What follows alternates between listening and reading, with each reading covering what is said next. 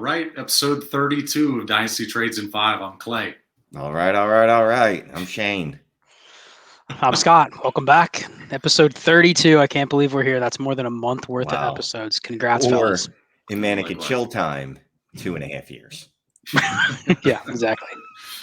All right, so tonight we're talking about Kyle Pitts, arguably the most valuable Dynasty asset outside of a quarterback in this game we play. So, Scott, you just took him last night in a mid-season startup because we're psychopaths. So why don't you go first? Yeah, so I don't know if I would say the most valuable tight end asset, or most valuable asset other than quarterbacks, but it's pretty close. I think we're operating here just assuming this is a start 1, just tight end premium 1.5. So there's not any like super scarcity at the position, but you still want to try to capture. You're buying the positional advantage, and then you're buying what we hope to have incredible insulation with Pitts for. We always say a decade, but I mean, how many dynasty leagues truly last a decade? You just say 3 to 5 years, probably. You have value insulation to where he can only get better. He's already doing really well as a rookie. And there's just a lot of insulation if you draft somebody like that at a scarce position. I think that's the key. That's kind of what we have to hit home here with the value is his points per game is not going to really get close to what the elite receivers are going to hit or the elite running backs are going to hit, but it's the difference above like the mean. So what else does the rest of the league have to do if they don't have a good tight end?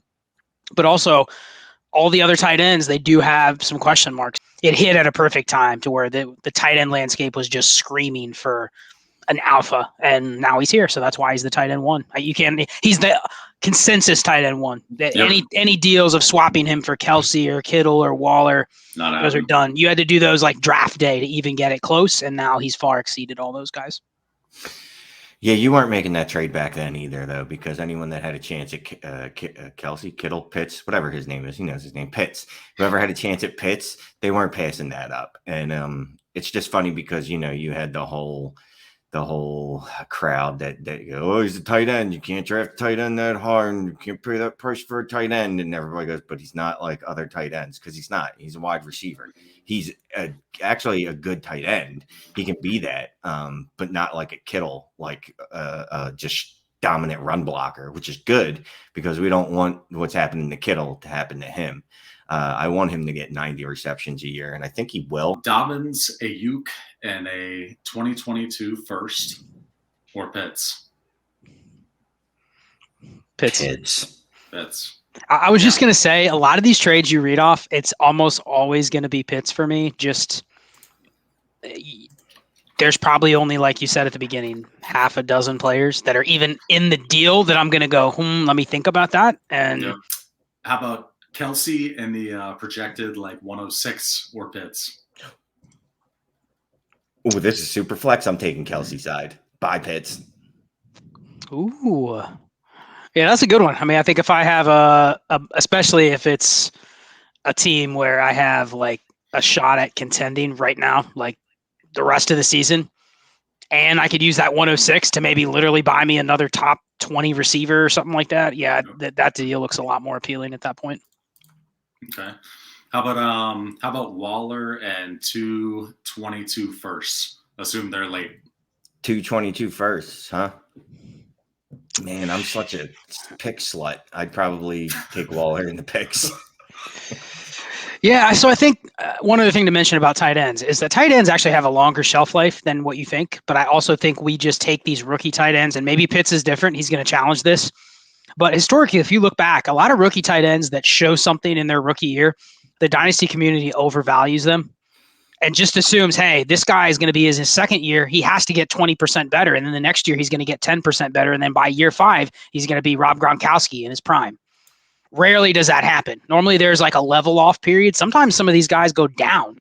So I wouldn't be shocked if like Pitts' best year in his first 3 is this year. And then it starts to take off. But do I really want to buy, like, am I really looking out 10 years? You know what I mean? If I can get Kelsey that could smash for 2 more years, I think that's where you start to get a little bit of a tricky situation with these trades.